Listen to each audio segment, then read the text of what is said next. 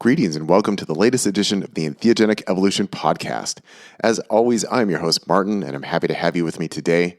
For this week's episode, I am joined by Dr. Tracy Scott, who runs Revela retreats in Costa Rica, and she joined me a few weeks ago to talk about her own entry into psychedelic medicine to deal with some of her own personal health issues going through medical school, and how she started with ayahuasca and then was guided to go be initiated into Bwiti Iboga tradition in West Africa and has brought that medicine to Costa Rica. We take a deep dive into all of it, of her own process, what she offers at the retreat center, what it's like being initiated in Bwiti, particularly as a woman. And we've just got lots of great stuff to share with you today here on the podcast. I don't have any major announcements before I get into the conversation with Tracy, so I'm just going to do the usual. Hope that's all right. So the usual is, of course, if you would like to support this podcast, I welcome your financial support. It's very easy to do. You can stop by my Patreon page at patreon.com/MartinWBall. And there's everything from $1 a month up to $100 a month. For the casual podcast supporter, I like to recommend the $1 a month, $5 a month, $10 a month. If you are a bit more enthusiastic as a podcast listener and supporter, once you reach the $20 a month and up tiers at my Patreon page, that gets you access to the full Entheogenic Evolution archive, which is exclusively available over at my Patreon page. There are many more episodes of the podcast that are available there exclusively to my supporters than are available anywhere else on the web. So if you want to listen to some of the back stuff, some of the old stuff, including some stuff that goes back to 2008, 2009, 2010, that's the only place you're going to find it, is over there at the Entheogenic Evolution archive at my Patreon page. And of course, at the top tiers, you are also eligible to get either a 30-minute or 60-minute monthly video call check-in with me. This is something that a lot of people who work in psychedelic medicine like to take these options for ongoing support and integration and reflection, even work with people who facilitate psychedelic medicines to run by cases or events or issues that they might be having in their practice for mentorship and guidance. So those are available. And of course, as always, I'm available for 30, 60, or 90-minute video calls on Zoom to help you integrate your entheogenic experience. I provide a non-dual energetic perspective, which if you're wondering what that is, go read my books, listen to my lectures, listen to my talks. I'd imagine most people listening to this podcast are familiar with my approach. I do recommend my book, Entheogenic Liberation, and my book, 5-MeO-DMT Integration, Embodying Non-Duality is Not What You Think, if you want some more insights into that. But if you'd like to arrange an integration consultation call with me, it's quite easy. Just shoot me an email at martinwball@gmail.com, or you can stop by martinball.net, and there's info available there.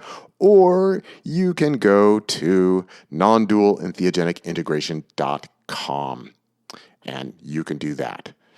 As I mentioned last week, the enrollment is currently open for the next round of the 5-MeO-DMT Facilitator Training Course, which I help teach at Mindscape Psychedelic Institute. You can go to mindscapeinstitute.org if you would like to opt in to get more information about that.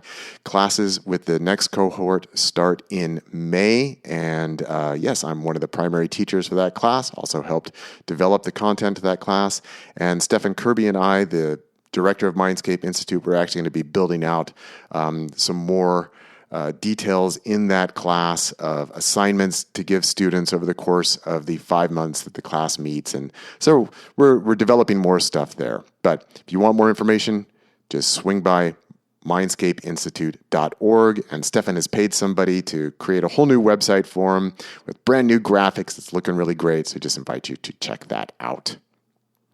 And that's it in terms of announcements for today. Nothing much else to share with you all.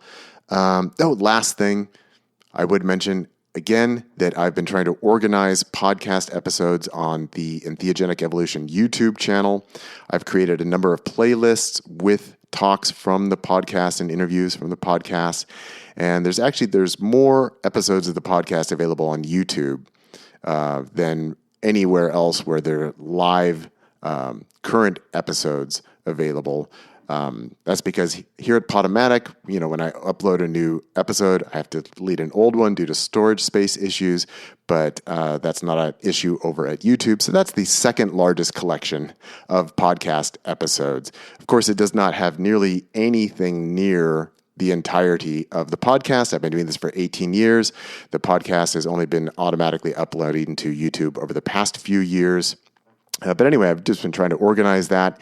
And one of the playlists that I have is Psychedelic Retreats and Healing Centers, which this interview is going to go into that playlist. So if you want to hear more along those lines, stop by the Entheogenic Evolution YouTube channel and explore some of the playlists that I've been creating for this podcast and my talks and videos that I have there on YouTube. Okay, that's it. That's all. Let's go ahead, get into this nice, lengthy, in-depth conversation with Dr. Tracy Scott, Revela Retreats in Costa Rica, talking about Iboga. Well, I'm excited to welcome on to the Entheogenic Evolution podcast today, Dr. Tracy Scott, who's joining me from beautiful and luscious and tropical Costa Rica at Revela Retreats. Tracy, welcome to the show. Thank you so much, Martin. Great to be here. I'd like to just start by asking, where are you in Costa Rica? And I ask as a fan of Costa Rica. I've visited 4 times, mainly for birding and nature adventuring. But where are you at in Costa Rica? Oh, I am here in the Central Valley, actually, in a place called Atenas. So we're about an hour outside San Jose. And if you love birds, this morning, actually, I was sitting here at the table in the kitchen and a hummingbird flew inside and landed on my hand. I kid you not. Wow. Yeah, it was pretty cool. And he stayed there for a while. So he was pretty comfortable. Well, it's a great place. Checking it out. Yeah. Boy, my last trip to Costa Rica was just in December, and especially up in the Monteverde cloud forest region, so many species of hummingbirds. As a bird photographer, like my 2 big ambitions with photographing birds are raptors and hummingbirds. That kind of obsessed with getting as many different species as I can and as the best pictures I can of both those categories of birds. And, it's hard to find the raptors in Costa Rica. Lots of roadside hawks, but it's difficult to see a lot of other species. But the hummingbirds are just off the chart. I love it. Off the charts. Yeah, they're so cool. Yeah. Well, I'm sure we'll talk a little bit more about Costa Rica as we get into our conversation today. But Tracy, I just want to start you with where I start with all new guests on the podcast. It's just kind of inviting you to tell your story. Your background and how you got into working with psychedelic medicines, and then we'll get into the formation of the retreat and all of that. But first, we'd just love to hear your own personal story, because everyone's got one who works in this field. It's not a normal career trajectory for most folks. So curious to hear what your story is. Sure. Yeah. Happy to share. Well, I have a science background, and so I went to school first to become a nurse anesthetist, and then practiced for a very short time, realized that there was something missing for me. And I think it was because people were asleep. It sounds so silly, but I think I woke up one day literally and asked a classmate, I was like, what do you like about this so much? She goes, oh, I can't wait. Until I push the anesthetic and they fall asleep and stop talking. And I thought, oh my God, I'm definitely in the wrong field. So I got into biotechnology. I first started in, the science arena. I went back to school to get a Ph.D. I was always interested in like gut biome and brain and the gut-brain axis. So I went back to school to do that. And then, worked in biotech and cancer research for many, many years. And then my own personal saga of contracting Lyme disease. I was from a very endemic part of the country, upstate New York, and was married at the time, back and forth to Minnesota. So 2 states that were very endemic for the disease of Lyme. And I got bit, and not having realized it, actually. I was, like, unbeknownst to me, I was going through life and experiencing all these peculiar symptoms in my body and thought, what is this? And just chronically becoming more sick, as time went on. And so finally got the diagnosis of Lyme disease. And, I had a lot of knowledge myself, having a medical background, and I actually left biotechnology at that time to start my own functional medicine clinics. And so really getting to the root of why people are feeling a certain way. I was so disgusted during the course of my Lyme treatment of like, gosh, are we just really treating symptoms here? Are we ever really treating the root of any disease? And so I started my own clinics with that in mind. And I think I don't want to use the word biohack, but I think I biohacked my body physically to the point of like, okay, I'm about 60 to 70% better, 70 on a good day. But there was still something that I obviously was not connecting all the dots. I still did not feel whole. And so during bouts of wellness, I would go on these excursions around the world, literally like intersecting with indigenous people and wisdom keepers. And I really was so intrigued with how they were treating themselves. And I really realized that at the cornerstone of everything they do is nature. And nature is really their apothecary, and using ethnobotany to really help them and help their maladies to really heal their bodies. And I thought, this is definitely the way. I mean, we are missing the boat on this altogether. So I came back and I started realizing like the mind plays such a big, important piece to all of this. It's sort of like the book, The Body Keeps Score, but so much of it is trapped here in our mind and our subconscious and what we can't see. And having met a woman, it sounds ridiculous, but on a plane, and she was going out to Mount Shasta to sit with ayahuasca. And at the time, I had no idea what that was. I said, I don't even know what that is. And she said, let's keep in touch. I'd love to know what you think. And after you've done some research. And I thought, I'm a scientist. There's absolutely no way that I would ever do that. And so, 18 months later, there I was with her in an ayahuasca ceremony. And it really was so revealing about what I was trapping in my subconscious mind. I thought, oh my gosh, there's things in there that I didn't even know existed. And clearly, again, body keeping score, the body was in a state of chronic illness. And so I sat with ayahuasca probably about 5 or 6 times. And I think on the 6th time, Mother Aya said to me, like, okay, yeah, you're done here. Like, it's time for you to go work with the master of all plants, Iboga, in Africa. And I had to go back and look that up. I had no idea what that was. And I thought, Iboga, what is this? But I had always been drawn to the continent of Africa, even as a small child. I mean, I was like, a wee girl, like looking at National Geographic magazines and having some sort of, I don't know, like awareness or memory of it. Like I had been there before in other lifetimes. I think that might sound woohoo, but maybe not to your audience. And I did, I went to get initiated. I just didn't do much research at all. And I just intuitively knew like that's what I needed to do. And so here I was flying off to Gabon by myself and became initiated into Bwiti and started really understanding more about the sacrament of Iboga. And that really, honestly, Martin, is really where the healing for me truly started, was when I stepped into that experience. So a couple follow-up questions for you. First of all, did you end up coming out here to Mount Shasta? Like you mentioned that. No, I never did. I was going out to a different location in California, and this woman went to Mount Shasta. So yeah, I've never been. I'd like to come though. Like to get out there. It's a spitting distance. It's just over the Siskiyou Pass from us here in Southern Oregon. So if we get up high enough, we can see Mount Shasta. It's fun. You go up onto Mount Ashland, you just kind of look into California that way. Anyway, I just wanted to ask you because it's regional and everybody loves Mount Shasta. It's a great mountain. I'm curious what you would describe as the difference for you of working with ayahuasca and then Iboga and then finding that really was the key to your own healing. What do you feel is significantly different between the two? Oh, such a good question. I feel that because ayahuasca is a vine, it often takes you outside yourself. And for me, and that experience, and I don't know if it's for everybody, but there's some things to be questioned. It's like, okay, it's a little gray. How does that relate to my real life? Like, how do I apply that? How do I integrate that, what I just saw? And Iboga is a root. And so it's very rooted in the ground. It is very introspective. It is about you. It's about all of the things that make you, your essence. And there is no mistaking when it comes through and it has a message. It's very direct. It's very prescriptive. It's like, here you are, and here's where you need to go, and here's how you get there. So I think that's what I love about it is that there's no gray. It's black or white. Yeah. So then going into Lyme disease itself, I'm curious. So you did mention going through the Western medical system trying to treat the symptoms of Lyme disease.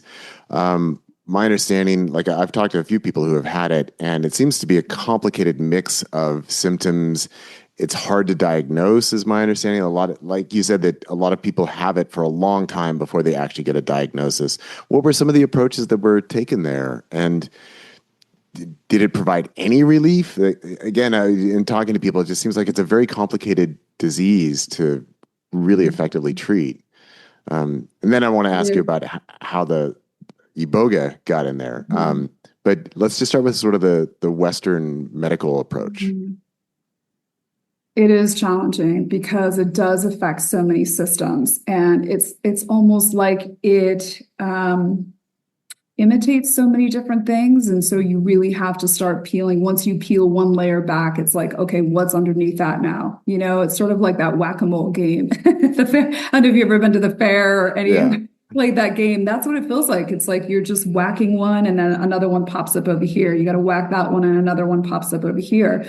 And so that's what it felt like to me. And not only do people struggle with Lyme, right? They deal with the co-infections that sort of travel along like little gangs with Lyme, with that pathogen. So, you know, there's like Babesia, which is something that I've had them all. You know, Babesia is like a North America malarial infection, and it's got all the elements of what malaria really is. It's terrible. There's Babesia, or there's Bartonella rather, which is toxoplasmosis and cat scratch fever. And so that has a different set of symptoms that people have to treat. And there's Ehrlichia and all kinds of things that I think, you know, are part of the equation with Lyme, which is why it is so difficult to treat. So a lot of that is like immune function or immune dysfunction, rather. A lot of it is about the gut. A lot of it is about neurotransmitters and balancing those. A lot of it is about neuroinflammation. If it goes on too long, people have inflammation in their brains. And so it does. It's very, it's one of the most complex things. And I did for a while the Western approach of a lot of antibiotics and a whole bunch of supplements. I mean, at one point I was on 80 pills a day, you know, and I was like an older person carrying around this like pharmaceutical caddy with me everywhere. And it just got frustrating. And have done everything alternatively as well. You know, I've been stung by 100 bees in Mexico. Wow. I've just, you name it, I've done it because, you know, we get so desperate for answers and you're chasing the next sort of thing that, you know, the next sort of treatment that might be able to help you in some way. So I would say again, like the psychedelics themselves, it started to unravel some of the things that I was trapping in a part of my brain that house memories. And those memories that are sometimes hidden from plain sight, if you will, can cause us illness. And the mind is a very powerful thing. And so it wasn't really until I started addressing the emotions and those old trapped memories or traumas, if you will, that my body, you know, was not healing. And until I did that, then it started to really, I noticed a huge difference in my physicality, in my energy, in my symptomatology. So sometimes people have stories of suffering from something and they go and they do a psychedelic medicine and they have a great experience and then they come out and said, and then I didn't have those symptoms anymore. And it sounds like really easy and like, oh boy, we would all hope for something like that. It sounds like yours was a bit more of sort of the unpacking, deconstruction, processing side of the story. Does that seem like an accurate description for you? Absolutely. Yeah. And it's been years. And so, you know, my symptoms have stayed at bay. I definitely have done a lot of continued work with it. It's not just like, oh, it's a one and done. You know, and because I work with this continually, it's constant integration. And I do feel like with some of the other plants, people are not perhaps integrating all of those experiences in ways in which they could be. Yeah.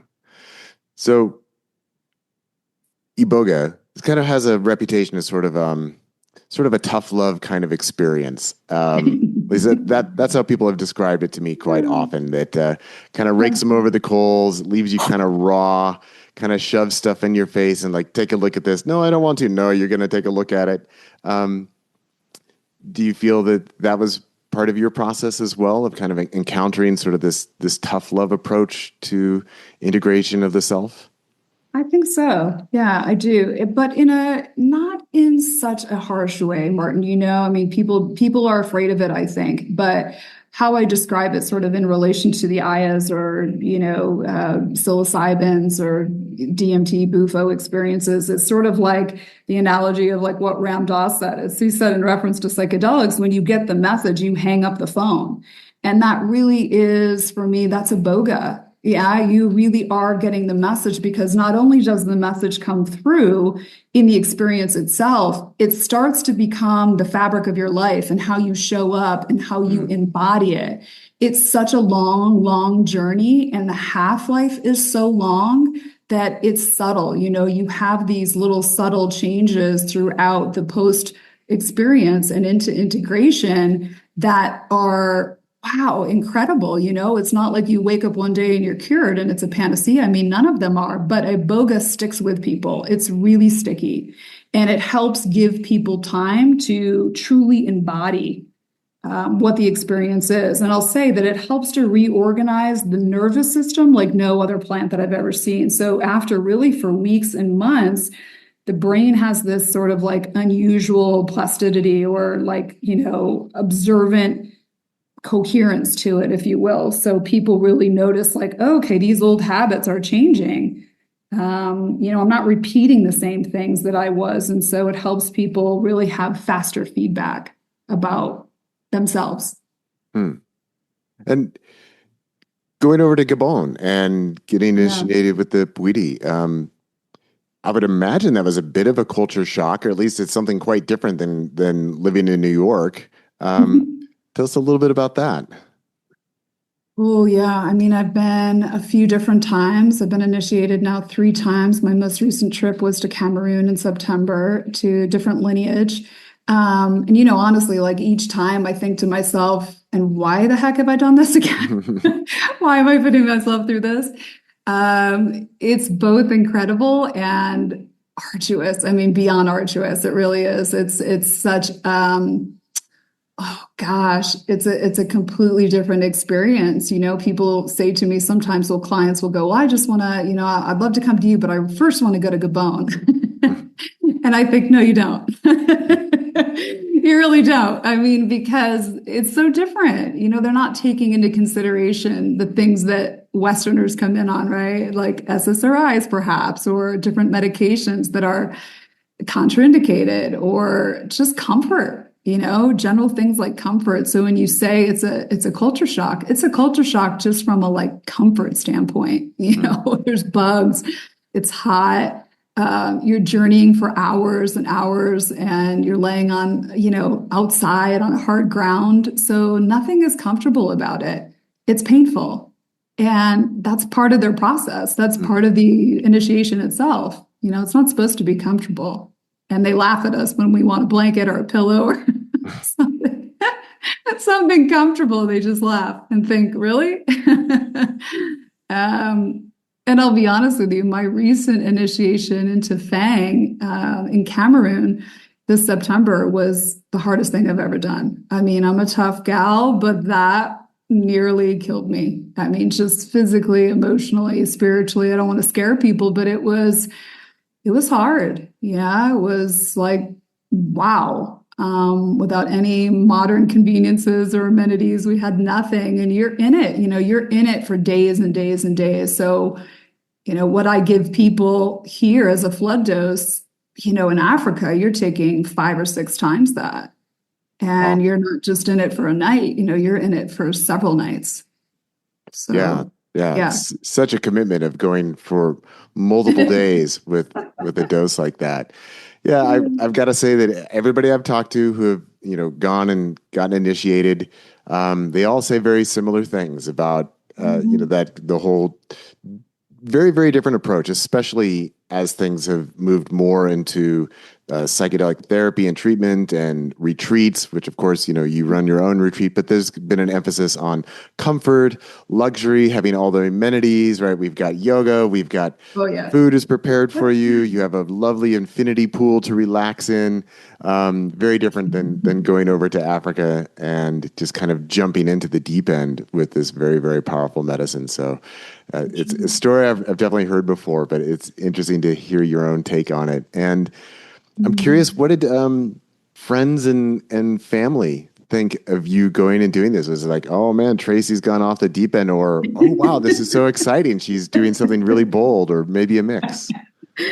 Oh my gosh. Well, they know me, they know my personality, so I think they're probably already conditioned for what I'm going to do next. But oh, pretty much crazy, that I'm totally nuts. I mean, I've been probably nuts for years and just kind of going off on my own into some like remote area of Africa just to study with somebody in Botswana or Tanzania and the Maasai or yeah, down to South America. So they're probably used to it.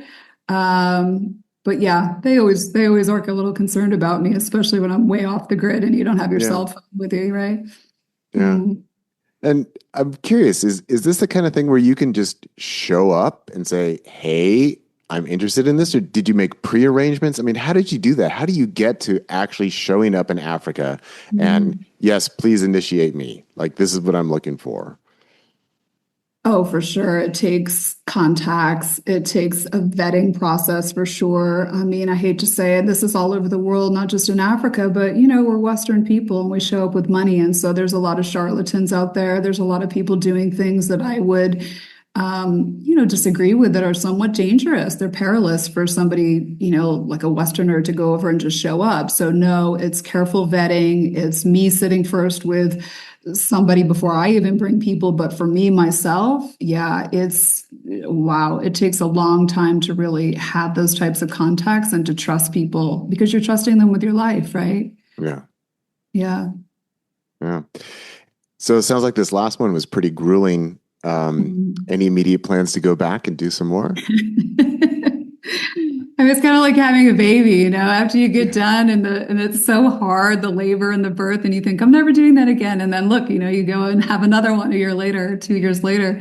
So not for a while. It takes so long to integrate these experiences. I mean, from September, of course, I'm still integrating what I experienced. And so it'll be a little while. I'm planning to take some people not for an initiation, just for a ceremony with me in August. But yeah, I think for me, that's probably good. Yeah. Yeah. Yeah. August timeframe. All right. So you've got a time period now. You can integrate, you can relax, and don't have Yes. to go through the grueling process. Mhm. So then, in moving from being a recipient of the medicine and focusing on your own transformation and healing, when did you start to shift into the idea of serving others or providing this for others? How did that come about for you? Um, I actually was chosen by the person that initiated me in Gabon years ago. And, they carefully also watch people. They see what your gifts, your particular gifts are. They actually tell you, like, yes, you're ready to hold this medicine. And so my mentor is a female in Gabon, one of my mentors. And, through the initiation process, more than just once, as I returned, she said, you're ready. And one of the ways in which she knew that is I tend to be very clairvoyant in the medicine. It's almost like I have a memory of, being a healer in past lives or something because it awakens something within my DNA. And I think she knew that or she saw that in me. And when I woke up from an initiation from, mega doses of Iboga, I had all these people sitting at the bottom of my mat at my feet. And I woke up and she said, I want you to go one by one and tell me what's wrong with each of these people. And I want you to tell me what the treatment is. And I don't know where it came from, but I knew one by one, this lady's got fertility issues and she's got fibroids. And she said, yes. And what is the cure? And I knew, from the Gabonese forest, I knew exactly which plant to use and how to prepare it. And then she would go to the next and say, okay, the next one, what's wrong with this person? So there are probably 15 people sitting at at the end of my mat. And with that, she said, you're a healer. You're ready to serve this. Oh, I'm curious if there's anything that you could share about, since you mentioned that there's a woman who was leading this for you. Any interesting gender roles that you've observed within Bwiti culture? It's something that comes up in different contexts with traditional cultures and traditional medicines, the different roles of men and women, gender expectations, positions of authority. It sounds like there's room for women to be practitioners here. So I'm just curious if you could share a little bit more about that. Yeah, I've specifically chosen women for each of my experiences there. And it is somewhat uncommon, I would say. So there's one lineage in Bwiti that's called Masoko, and that is more traditionally men. So it's about the fire. It's about more, I would say, steeped in the patriarchy. And the interesting thing is that when I first went, I did go to a man, and it was a bit unsafe. It was very unsafe, actually. And I escaped in the middle of the night. It's a whole other story. One day I'll have I don't know, I'll be able to tell it. But Iboga had said to me, brought you here in this situation so that you could see how steeped Iboga is in the patriarchy. And it's really time to shift that. You're here to shift that and for the divine sacred feminine to rise. And so I escaped actually in that first time of being initiated. And I went to a female, a wonderful woman. And in that lineage, which is called the Dasumba, which is actually the original, it's kind of the OG of the lineages of Bwiti. There are branches of that lineage. And in one of those branches, it's very female oriented. So they are the healers in Alambo. And that's one of the lineages that I was initiated into. And so that one for sure is more held by the females. And they're allowed to have this Nima status, which is a very high position, shamanic position. It's the highest. And then in my recent Fang tradition, it's both, it's mixed, but I chose a female. And she's probably one of the most powerful women I've ever met. I mean, she is like no nonsense, this woman, but very, very powerful. And yeah, I choose women to work with because I feel like it's necessary. It's necessary for the divine feminine to start holding some of these plants. Yeah, for any women who might be listening here thinking like, yeah, I want to go off and have this as well. It sounds like you might have some advice for them. And it sounds like somewhat of a harrowing first experience that you had. But I ask this because you're not the first woman that I've spoken to or even had on the podcast who said, yeah, I just went up and left and went to West Africa and got initiated in Bwiti. So I think I've actually spoken with more women about it than men having done that, though that's also come up as well. But it's a different issue for women traveling, going to a foreign country, and especially if you're traveling alone.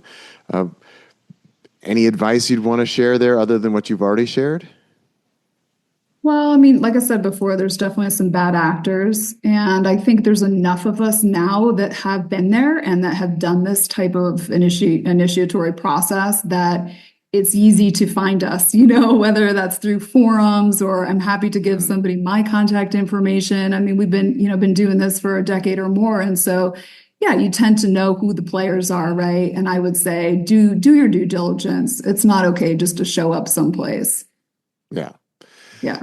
This is just a very practical question, but I'm curious about language differences and ability to communicate with people in Gabon, people in the Bwiti tradition, and then even in the potential that English is being used that, as someone who's comes from a background in religious studies and has a background in anthropology and cultural studies, and translation is difficult, and that different cultures use very different concepts and ways that they conceive of the world. Like, for example, I studied Navajo and Mescalero Apache for my Ph.D. dissertation, and most of their nouns are actually made from verbs.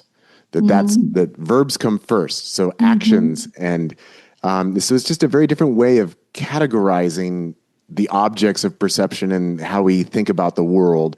And, there's these translations of Navajo prayers of I walk in beauty or something like that. But the word beauty doesn't really capture what they mean by Hojo in Navajo or in Apache. So I'm curious if there's anything you could say about the translation of concepts and words from one culture to another. And did you encounter any personal struggle with that or have to break through any conceptual barriers there? I think so. I mean, in that part of Africa, they're colonized by the French, and so they speak French, but and I don't speak fluent French. I mean, I know some words. So we do always use a translator. We take somebody who has obviously been initiated into Bwiti and can speak fluent English so that there's a translator on board. But a lot of times they speak pidgin, it's not even really proper French. And I say that, with all due respect, it's like they have their own sort of Right. idioms and things that they say that are not, not French, proper French, I would say. So that becomes even more challenging. But what I will say is that I think it seems like everybody speaks the universal language in the medicine. It doesn't necessarily mean that, oh gosh, you don't understand French and they're speaking French. For some reason, it just all comes together when we're all in the medicine, and you don't need as much translation. Yeah. Yeah. Well, that's an interesting way of looking at it. So one more thing that I wanted to ask you about what you've already shared was having the 15 people at your feet down there and having to give a diagnosis on people. I'm curious if there's anything more you can share about that experience. For example, sometimes I talk to people and they say, oh, well, I see images. And then I tell people what I see. And then people say, oh, yeah, that's my grandpa or whatever it may be. Or sometimes people say that they see into people's bodies or that they hear something or that they feel something in their own body and then use that as a reference. I'm curious if there's anything more for that for you, or was it just that intuitive, like, oh, this person has cystic fibrosis, right? Just an immediate diagnosis. And also, I'm curious, have you experienced that now outside of that initial context? Is that something that's been repeatable for you? Yeah, great question. It's so hard to put into words how Iboga works, and it's a knowing. It's kind of like what you just described. It's this intuitive sense, and I think that I would relate it. My mom loves these Bravo shows. I mean, we're very different. She watches one with the woman or the young girl has Tourette syndrome, and it kind of dawned on me the other day. She was describing this one scene in the show, and I was like, yeah, Iboga, it's almost like having Tourette's. I mean, it just whatever. There's no filter. It's like it just comes out, and then you don't analyze it. You're sort of this unbiased observer of your own words and your own life, and it's really kind of crazy. I mean, afterwards, and after you're sober and you're sobering up, you think, how did I know that? Like, where did that even come from? So it is really just an intuitive sense, an intuitive knowing. And that's really what I love watching in clients as they transform into this like incredible vessel of knowing. It's like people aren't questioning themselves anymore. They're not necessarily using that conscious barometer of like, oh, but it could be this or it could be that. It's just a knowing. Yeah. Okay. Well, thank you for sharing that. So let's get back then to the question, because that's what we were on the topic of how did you get into then serving and working with others? So that was like the first step of having these people at the foot of your mat there in Gabon. But then leaving that context and being told, okay, you're a healer, getting that acknowledgement from the matriarch of this tradition. How did you then go about building a practice and actualizing that for yourself?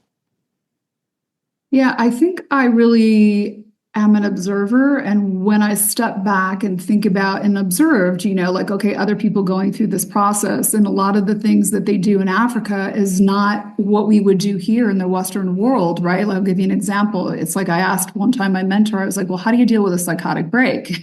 Because that's a potential, right? Yeah. And she goes, oh, you just, you put this little glass on their head, you get some sand and you have an egg and some water and you have them jump up and down. And I was like, oh my gosh, well, that sounds great here, but that's not necessarily going to work in the Western world.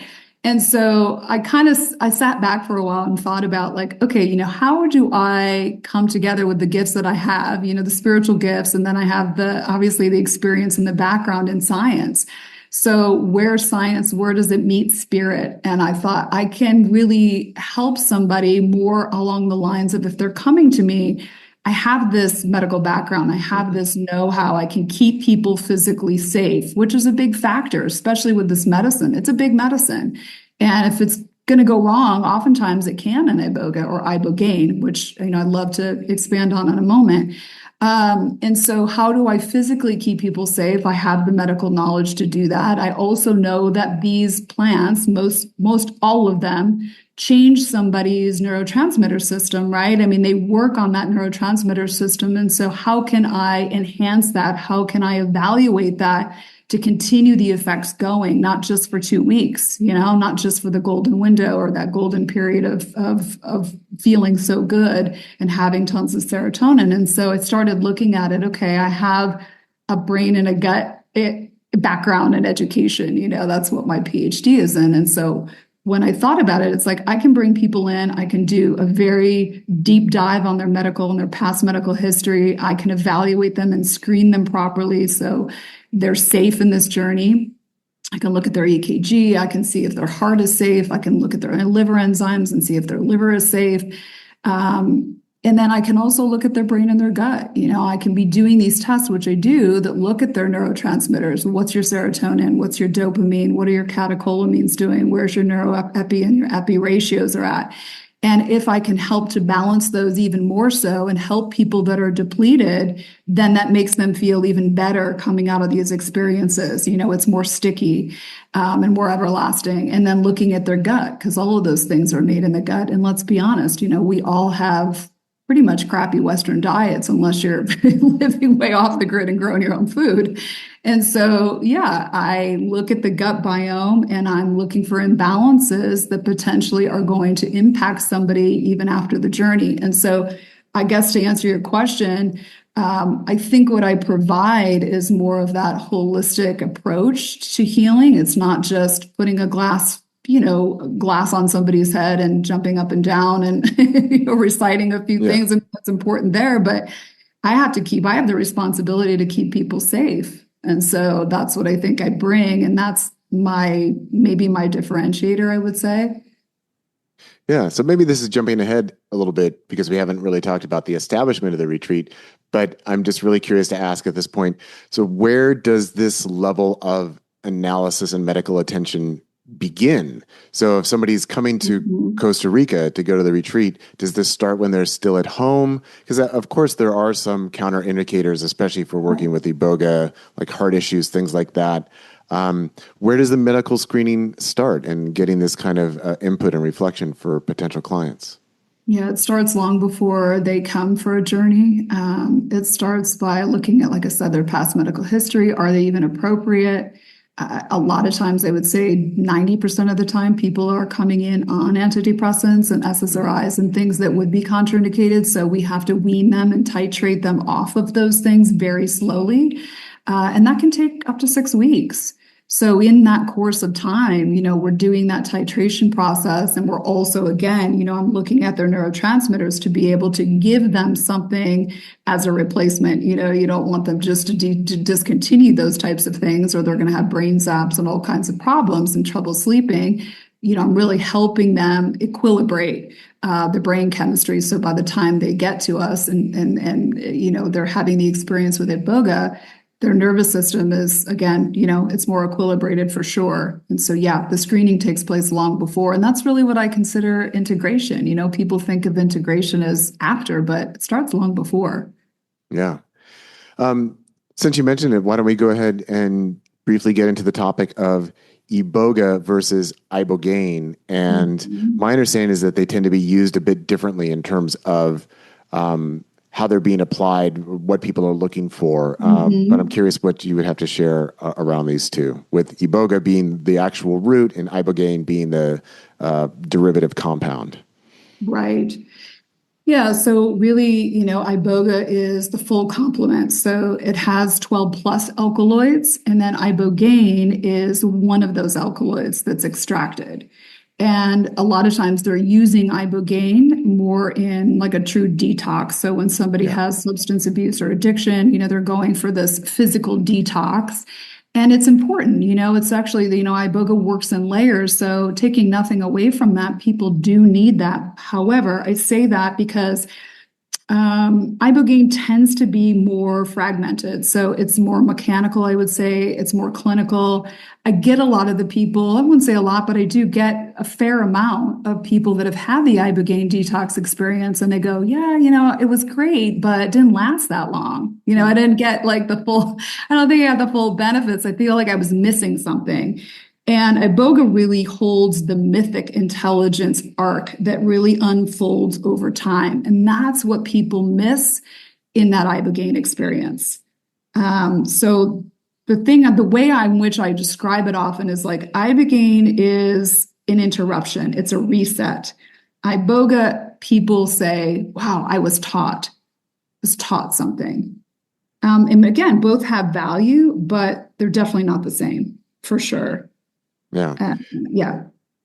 And of course, the Ibogaine seems to be used a lot with addiction treatments. Yes. Yeah. And Yeah. I'm curious if you have an opinion on this, that something that's been happening in Mexico for quite a while now, and certainly a number of years, has been Ibogaine treatment, then followed by a session with Bufo or 5-MeO as kind of like a Mm. topper onto the treatment session. I'm curious if you just have any personal thoughts or opinions around that practice. I do. I don't like it. And I just feel like uh the reason being that I feel like a lot of times the reason they do it is that people do feel fragmented. Hmm. They do feel like, oh my gosh, this was hard and I don't know what I saw and I'm not sure how to make sense of it all. And so they have to leave them with something positive, right? They got to leave them with, like, let me give you some bliss. Let me shoot you into a different stratosphere so Yeah. that you can finally feel something amazing, the unicorns and the rainbows. But I feel like Iboga is hard enough to integrate, and then you're going to layer 5-MeO on top of that. Oof, oof, that's challenging.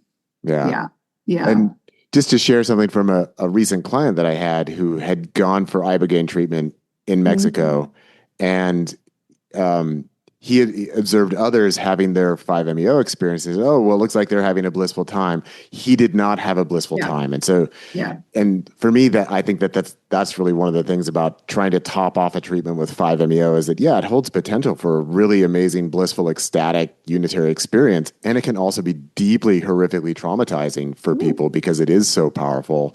So this guy said, like, he wished he had just stopped with the Ibogaine treatment and yeah. not done the Bufo afterwards because it was so difficult and challenging for him. Yeah, for sure. I mean, I had my own. It was, not the synthetic version, it was Bufo, but it was the hardest experience I've ever had. Like to integrate, it was so challenging. And, I mean, bless the people that did it. I mean, they were wonderful. They held the medicine beautifully, but I had no integration. And I'm a seasoned facilitator. And I thought, oh my gosh, how are other people doing this? This is really, really hard.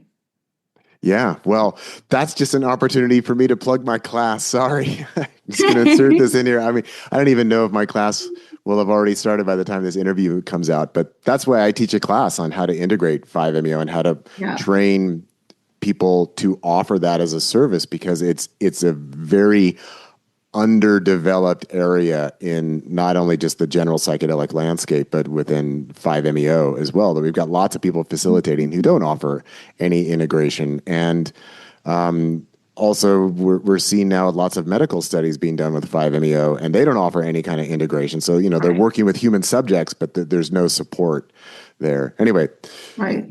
so I teach a class on that.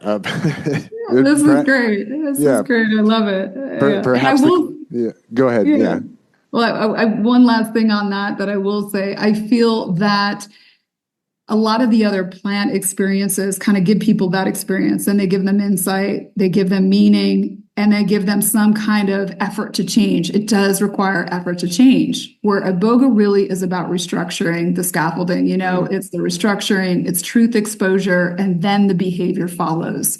And it's so subtle. People, even people that are married or they're coupled, it's like, their spouse might say, my gosh, he's not triggered like that anymore. So that to me is the behavior of embodiment.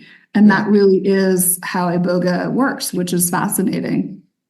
Yeah. And I'd always love to emphasize this word that you just used as well, this idea of embodiment, because I think that this has been a long-standing gripe of mine within psychedelic culture, that there's so much of an emphasis on, oh, I'm getting insights and downloads. And I always kind of greet that with like, yeah, but what are you actually embodying afterwards? Like, how are you living and actually expressing and inhabiting your energy and your thoughts and your emotions? And how is that guiding you through life? Like, because insights are a dime a dozen. If you got to live it to make it meaningful, really. Yes. Yeah. Yeah, I agree. And I think that when you sort of started the podcast, you said, Iboga can be hard. It's in your face. It's the truth. Yeah.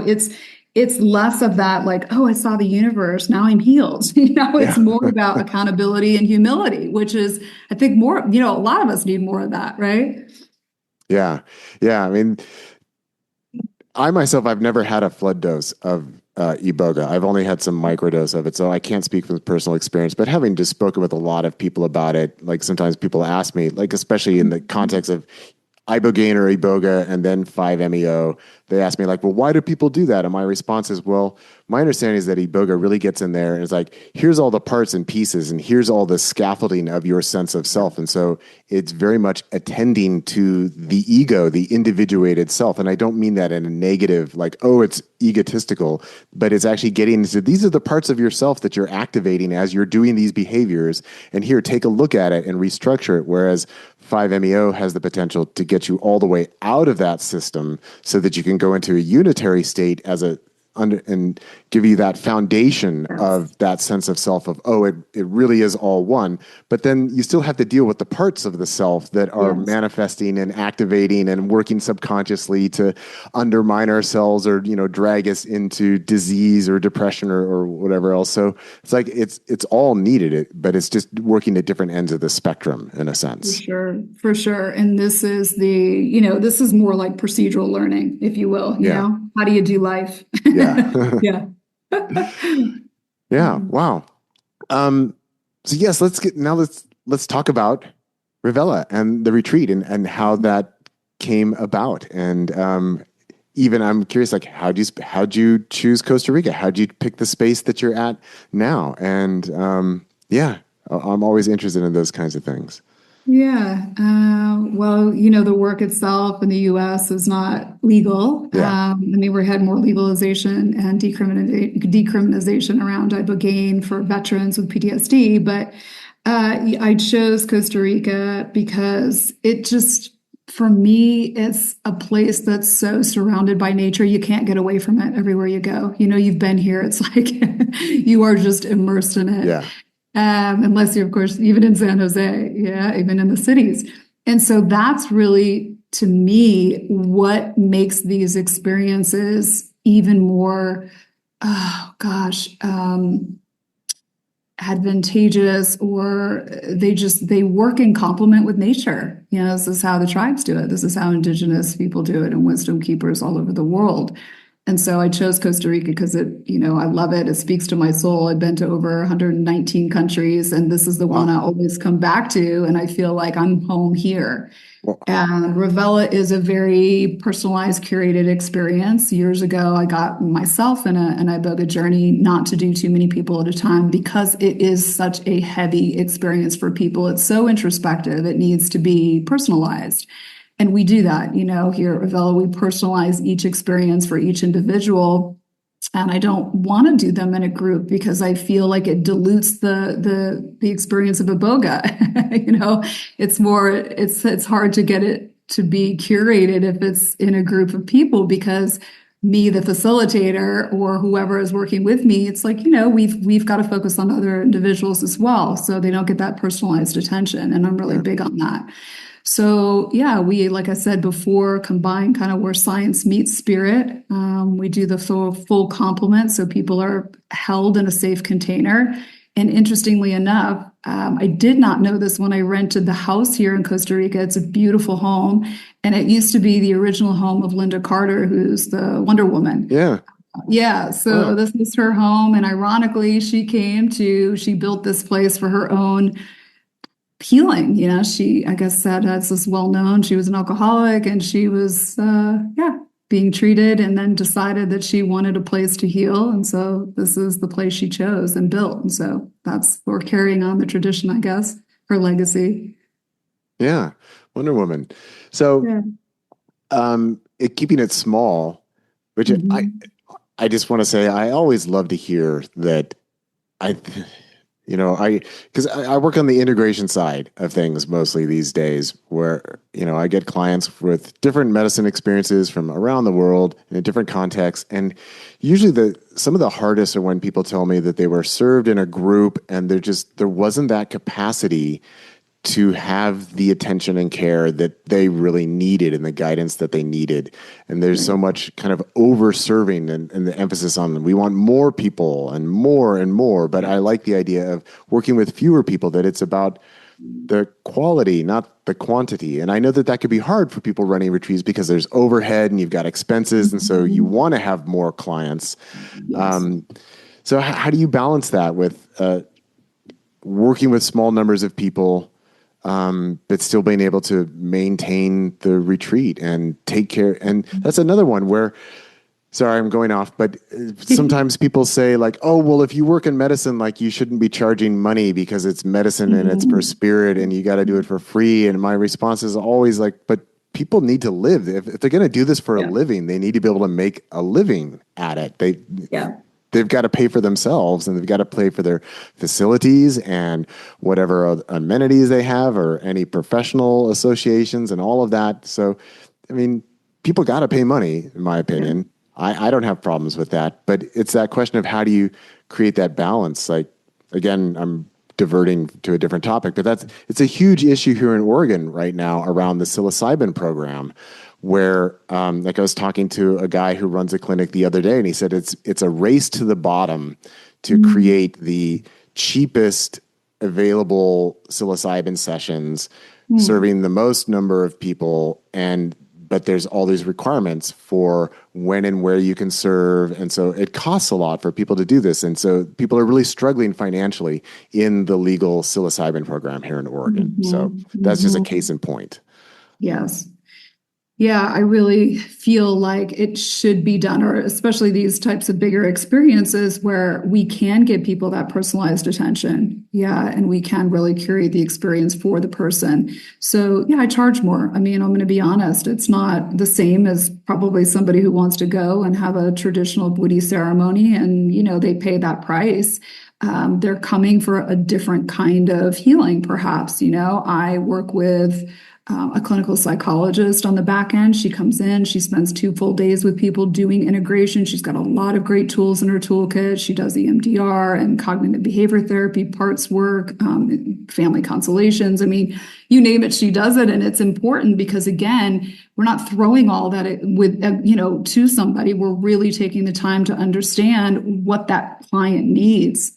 And so coming up with a real true care plan, even before they step through the door, we know what we're going to provide to that person because we spent the time with them on the front end. And when you have 6 or 8 or 11 participants, it's not as easy.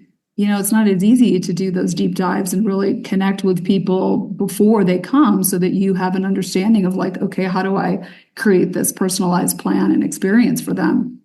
And then it's not all work. We try to have some fun on the back end, and we curate these kind of cool experiences for people. For example, I had one guy who from Minnesota. He absolutely loved to tango. He was taking tango lessons and he was really passionate about it. And so the other participant was a good sport and we went tango dancing, Mm. So on the last day, or sometimes we do an organic coffee tour that's close by for those coffee enthusiasts, or we do a nature walk in nature and do bird watching and we have somebody lead that tour. So yeah, it's part of the send off. It's part of the congratulations, you've done it. It's a celebration of sorts as well. So it's hard to do that with the group. It's hard to personalize it in that way. Yeah, yeah. Well, that's nice to hear too, because sometimes I see kind of an overemphasis on we want to make everything sacred and serious and important, and Yeah. there's room for that, but um, sometimes people lose sight of play and enjoyment, and that Yes. this can be part of your healing experience as well, especially Absolutely. since so many of us are just locked into work and responsibilities, and people have so some people, I don't want to say people in general, but a lot of people have lost sight of what it means to play and enjoy. And especially in a place like Costa Rica. Yeah, go bird watching. Oh my goodness. Like Right? get Go your bird birding watch. on. And Exactly. Go yeah, hiking, go jump. We have a waterfall here on the property. And so oftentimes, even before we get into ceremony, water is so sacred in most of these traditions, not just Woody, but we have people get into the waterfall. I have a somatic therapist that mm, comes on the front end and she does a lot of somatic experiencing work with them. And you wouldn't believe the emotions that are released when they put their hands up against that rock and the yeah, water rushes over them. It's like, oh my goodness, what they've been trapping in there is probably years worth of anguish and emotions. And that helps them in the ceremony so much. I mean, if yeah, we can help to regulate their nervous system, right, that actually really helps them go deeper. So yeah, absolutely. So when it comes time to actually take the medicine, how does it work there at Revela? And also, I'm really curious because I know a lot of people who work with Iboga, they play the Bawiti music. I'm just curious if you play the Bawiti music, and do you start at a certain level and then provide a booster? And you already said that it's less than what would be considered the full dose if you were actually in Gabon or with the Bawiti, but I'm assuming it's still a significant dose. it's still a significant dose. Yeah. I am a traditionalist of sorts. And so, yes, I definitely play the Buddha music. Yeah. I mean, we deepen people first with guided meditation and some light massage. And so, that first hour we're flexible. We don't start right away with the Buddha music. But for sure, when people deepen, it's so necessary. And there's some people that it drives them crazy. It's either a love-hate thing with the music, right? They either love it Yeah. and they Yeah. want to take the soundtrack home, or they think, turn this shit off. I can't take it anymore. And part of it is the medicine, people need to sit with discomfort in some way. Yeah, I'm not asking them to go into the jungle and sit in that kind of discomfort. But yeah, the music is part of it. It rewires neuronal pathways. It has a certain frequency, a certain hertz that actually does do that. And so it is important. Yeah. Hmm. Yeah. Yeah. Do you ever bring in singers and have them perform live, or do you go with recorded music? I usually do recorded. We have in the past brought people over, and I mean, gosh, it's so much more, oh my gosh, incredible if you can have it. I mean, it's really what got me through my last initiation in Cameroon was the harpist. I mean, it was like, woof, without the music. I don't know if I, I feel like I'm not sure I would have made it through, honestly. It was so beautiful.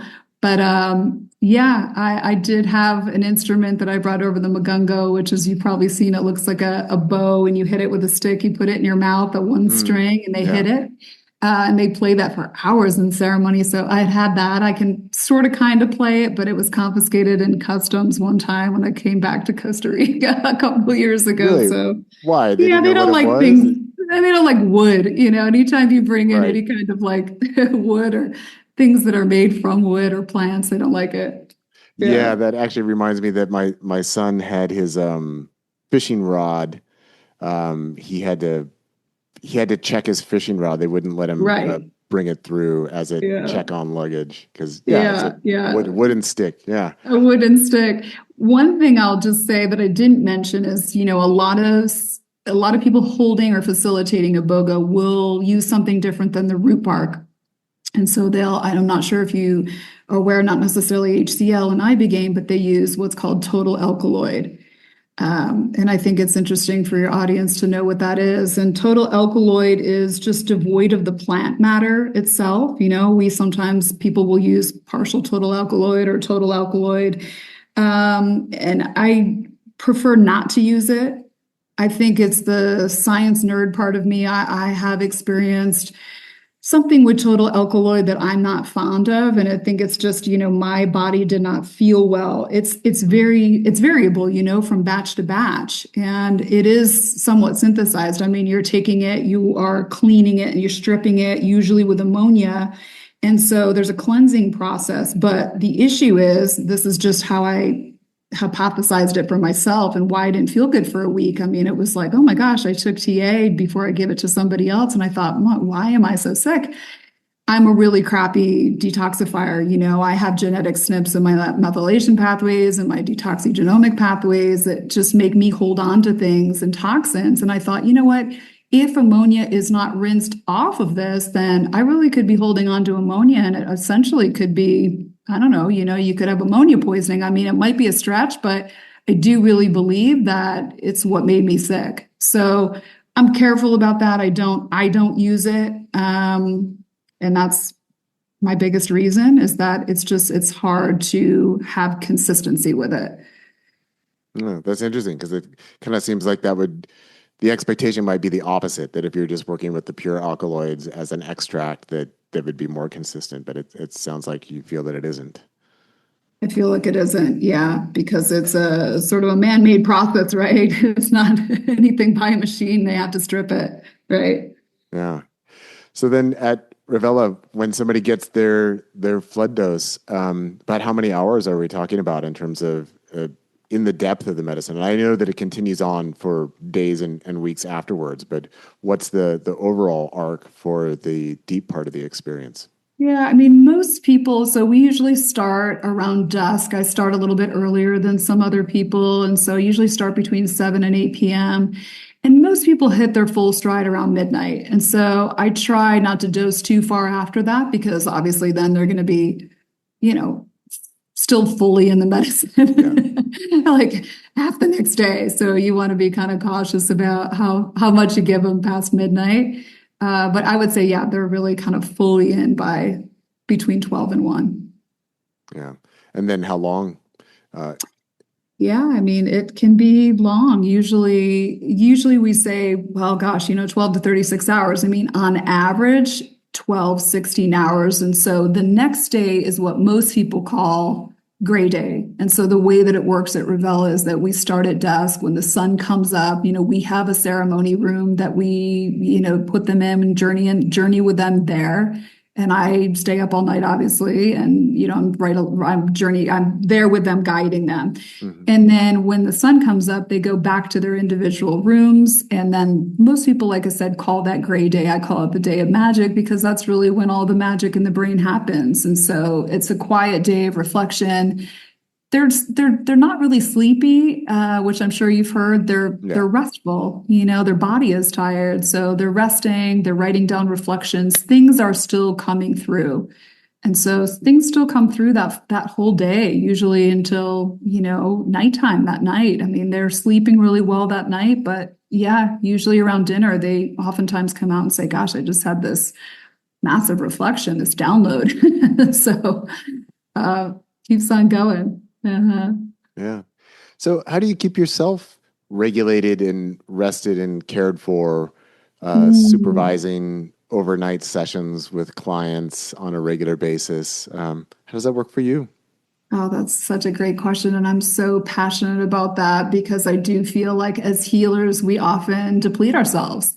And it's an issue in our industry. The burnout factor is high. I have a great team. I work with all women, actually. We're all a women team. And we heal each other often, so in the middle of sessions, I might have my Reiki therapist Reiki me. I have a massage therapist, a clinical psychologist that does a lot of different like massage sort of fascia manipulation. And so if I have an issue, she's helping me. We help each other. And I think that's the beauty of working with other healers is that we're really helping others to attune, right? And I get rest. And so, my work really is kind of heavy on the front end with somebody. And then I rest on gray day. I've got somebody else that's really kind of doing the check-ins with the client. And then those last 2 days, I do probably like less than I was doing on the front end because the clinical psychologist is here and she's doing kind of the bulk of the work and I'm more supportive. So we all have a role, we all take our time and we show up with our magic and then the other person comes in and shows up with her magic. So it's special from that regard. And people have said that, I think clients have said like, wow, this is really cool how it works here. Yeah, well, it sounds like you've got a good team so that you're able to split the responsibilities in a way that you are all able to contribute and also take care of yourselves and take care of each other, which is very important. Exactly. Yeah. So for participants, what's the overall arc? How many days are they coming and getting the treatment and all the intake and the integration and aftercare and all of that? So they come in, usually on the first day, we do kind of a group dinner. And then the next day, we do prep work for the ceremony. That night is ceremony. The next day is the down day or the day of magic.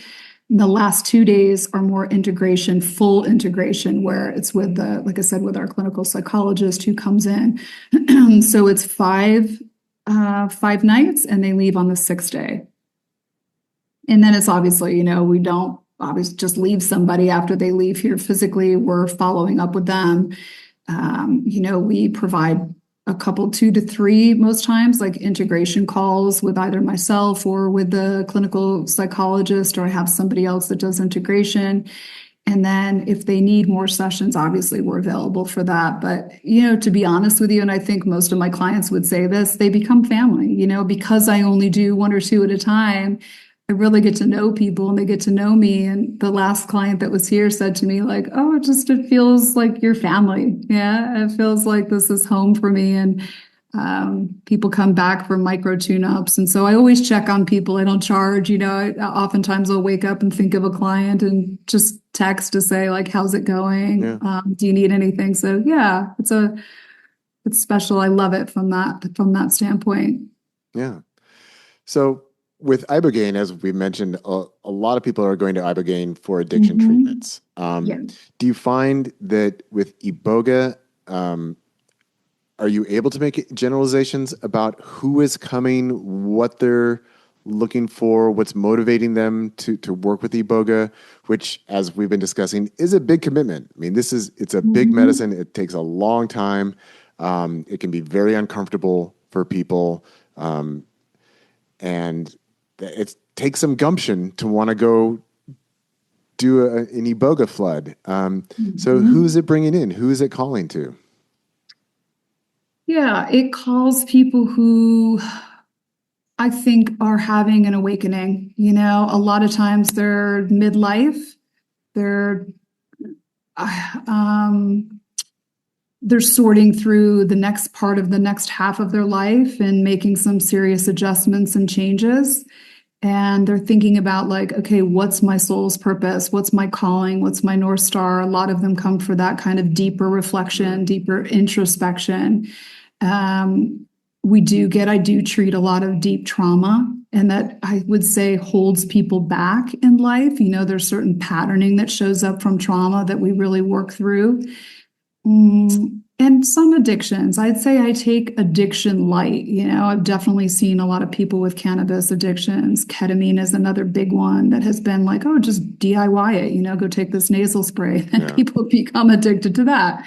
And so I would say alcohol, cigarettes, those types of things, and other addictions, not just substances. But I often say most of us are addicted to something, whether it's our phone or our own negative thought pattern. And so that's really where a lot of people come and get true benefit from it. So yeah, I would say like looking at the next half of their life, people that really want more clarity and hey, what's my soul's purpose? What's my essence?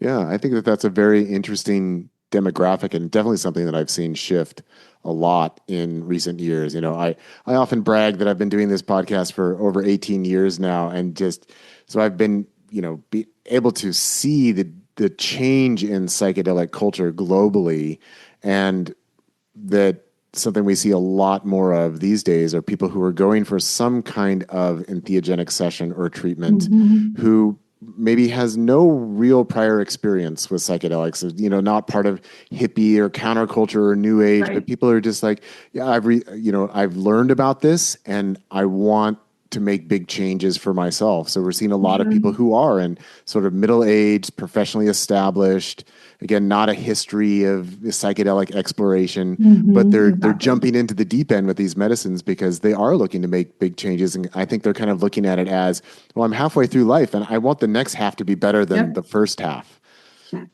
Yes, absolutely, for sure. And I always say, like, Iboga is not for the curious, it's for the called. Yeah. Yeah. So people are called to the medicine and they know it. They know it when they arrive. They're like, oh yeah, it's been calling me for a while and I don't even know that much about it, but it's been knocking. So yeah. Yeah. Um, I'm imagining probably most of your clients are international, not Costa Ricans, Mhm. but do you ever get Costa Ricans coming in and wanting to participate? Yes, more for addiction. Mm. Definitely. And we do offer discounts for them, if they're local, if they're in country.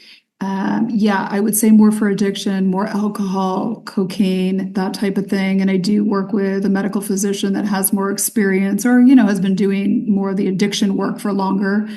And so we treat those people differently for sure. But yes, absolutely, we do get some. It's not the majority of our clients, but it is some. And I'd love to take more because, they're definitely in need of that, no doubt. Yeah, and it's kind of like here in Oregon with the psilocybin program that Yeah. they say that probably 80 to 90% of all the clients are not Oregonians, right? They're people coming Mhm. from outside of state. But that's another area where a lot of people who work in the field want it to be more accessible for people in Oregon, and that's also part of where the prices come in and things like that. But For sure. anyway, Absolutely. it's just the reality of what we're working with these days. But speaking of Costa Rica, it's obviously it's a contemporary hotbed of Mhm. psychedelic services and Mhm. retreats. And so I just wanted to ask, are you yourself and Revela, do you feel that you are part of an entheogenic community in Costa Rica? Do you have associations with other retreats, or is it just you guys doing your thing, everybody else is doing their thing? There's so many options in Costa Rica these days. There are, I mean, I guess not as many for Iboga, Yeah. more along the lines of ayahuasca and some of the other plant medicines, I would say psilocybin. But why it was pulled here is that I actually bought a big piece of land.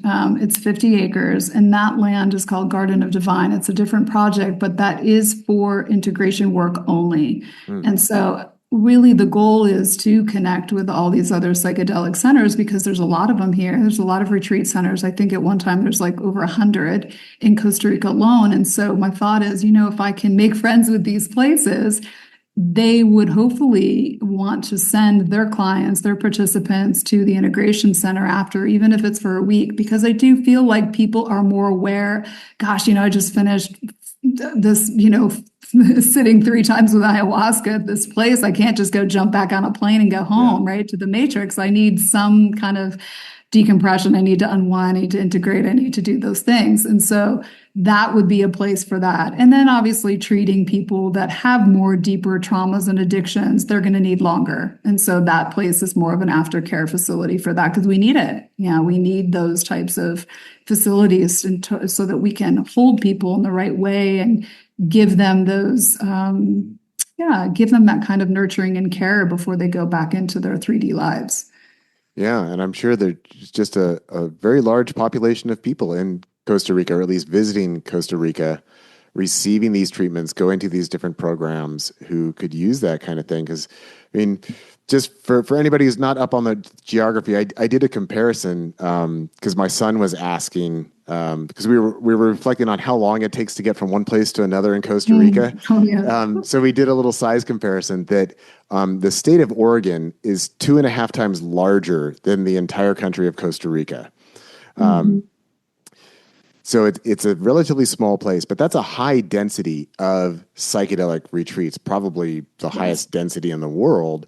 And just given the number of people going to Costa Rica for psychedelic experience, I mean, the numbers have got to be very, very large. And so it seems like it could be a great place to have network connections Mhm. and professional associations and all of that. But sometimes we also see that there are rivalries that develop, like in any area of culture or society. So some people might not want to participate in like an overarching group or something like that. But it sounds like it could be something that could be very valuable there in Costa Rica of Yeah. having that garden of place where people could go and kind of Mhm. continue to process rather than just jumping back on a plane and going back home and right back into the grind again. For sure, absolutely. Yeah, and a big portion of that project is really about service. I think that people oftentimes lose their way if they don't have purpose, and the way in which we get purpose is to serve others. I think that we've become this sort of myopic culture of like me. You know, when people talk about abundance, it's usually singular, but if we Yeah. can focus on we instead of me and paying that forward, then people start to get what this is all about. They go, okay, yeah, service, right? Like this is really what I need to step into, doing for others, helping others. Yeah. So you mentioned that you've traveled to, I think you said 119 countries around the world. About, yeah, not Yeah. including some I've visited 2 or 3 times. Yep. Yeah. But there in Costa Rica, are there places that you like to go to or certain regions that you enjoy taking some time off and visiting there? Oh gosh, I love Cheripo, which is the highest peak of Costa Rica, has the most amazing views and hiking trails. It's a totally different climate, totally different feel. It's really special. I mean, it feels like you're in the Swiss Alps. I love it there. Gosh, there's just so many. They're all so different. Yeah, I love the Central Valley. I really do love it here. It's the weather is perfect in a tennis. I mean, there's a big community of expats here, and that's because the weather is so great. Um, yeah, I live the other part of my time in Florida on the Panhandle, and so I have great beaches there, near Destin, the white sand beaches. And so for Mhm. me, the beaches here are amazing and they're beautiful, but I can get that back home. So Yeah, I prefer the mountains. Yeah, I think Cherry Post is probably my favorite. cool. Yeah. Um, just got to ask. I mean, you mentioned the hummingbird. Are you yourself a birder? I am becoming one. I now have this turning into this woman that has the like app on her phone. Yeah, That's yeah. really cool. Join the Yeah. club. Oh man. Years ago, I went to Peru with an older lady that was a biologist of sorts, and the entire trip on the Amazon, she had this bird book and she was obsessed with all the bird species. And I thought to myself, I am never going to become that woman. And here I am. Well, I always like to plug birding because I always like to say it's aside from maybe a couple spots on the planet, it's an activity that you can engage in no matter where you are. Of That course. anywhere you go, there's going to be birds, and Yeah. it's fun. And I mean, Costa Rica, because it's so small and it's situated right in between North and South America, it has one of the highest diversity of birds anywhere in the world. So, like in this Yeah. last trip that I took with my wife and my son when we were there in December, my son's really into it. We logged over 200 species of birds in the time that we were Wow. there. And a Wow. number of those were brand new birds for us. So we've taken 3 family trips there. And my son, he keeps track. I think he's up to 800 species of birds overall that he's seen Whoa. in, on all of our various travels. So he likes How keeping cool. track. And it's fun because my wife, she's had to put up with me and our son for years out there birding together. And she's got the Merlin app on her phone now. And That's the app I have. Yeah. yeah, and she's bringing out her binoculars. And rather than just like putting up with us, like, oh, look at that bird, she's actually participating. She's like, they're actually really quite beautiful, aren't they? I said, yeah, like it's pretty cool when you see like all the little differences in the birds and you when it's exciting when you see a new one. I mean, it seems silly to non-birders, but when you see a new species and you're a birder, it's like, oh my God, it's that bird I've always been wanting to see and it's brand new. And so it's fun. Yeah, and it's beautiful for clients. We do take their phone at a certain point and they kind of get, I would say, fidgety at first. They go, oh my God, my phone, what am I going to do? Oh my gosh, I'm not accustomed to this. And they start to bird. I mean, there's just no way to avoid it here. You sit out here near the pool or out on the front patio and they're everywhere. And so it really helps them connect with nature, but also just be really present. Yeah. I'm Yeah. I'm just curious, did Jacqueline show you the photo that I Oh, sent? I saw that. That was so beautiful. Oh my goodness. Yeah, Incredible. yeah, Incredible. the Yeah. Quetzal. That was super exciting to see Yeah, that's and to get some awesome. photographs of. Well, Tracy, it's been great speaking with you today. Is there anything that I didn't ask you about that you feel is important to communicate to the audience, either about Iboga or about Revela, before I let you go for the rest of your afternoon? Oh gosh, I don't know. I think we covered it all. I guess I'm just, the last thing I'll say that we did touch upon already is just Iboga. I think the darling of the show has really been Ibogaine for quite some time now. And to me, people are missing it. They're missing the boat. It's like, why would you bake a cake with one ingredient, right? When you can have them all and the cake is going to taste that Right. much better. And they work synergistically, scientifically, they work synergistically together. And so for me, that's really important because they kind of counterbalance each other. And I don't know, I'm so passionate about the full route and the full experience. So I'll leave it at that. All right, great. Well, thank you so much for your time Thanks, today. Martin. And Thank just to you. remind the listening audience, we're speaking to Dr. Tracy Scott, and it's revelaretreats.com is the website for her retreat center. And you can always reach out if you want to talk to her some more and find out more about it. There's been a pleasure having you join from Costa Rica and get to reminisce and nerd out about Costa Rica a little bit with you. And Pura Vida. Pura vida, my friend. Thank you. All right.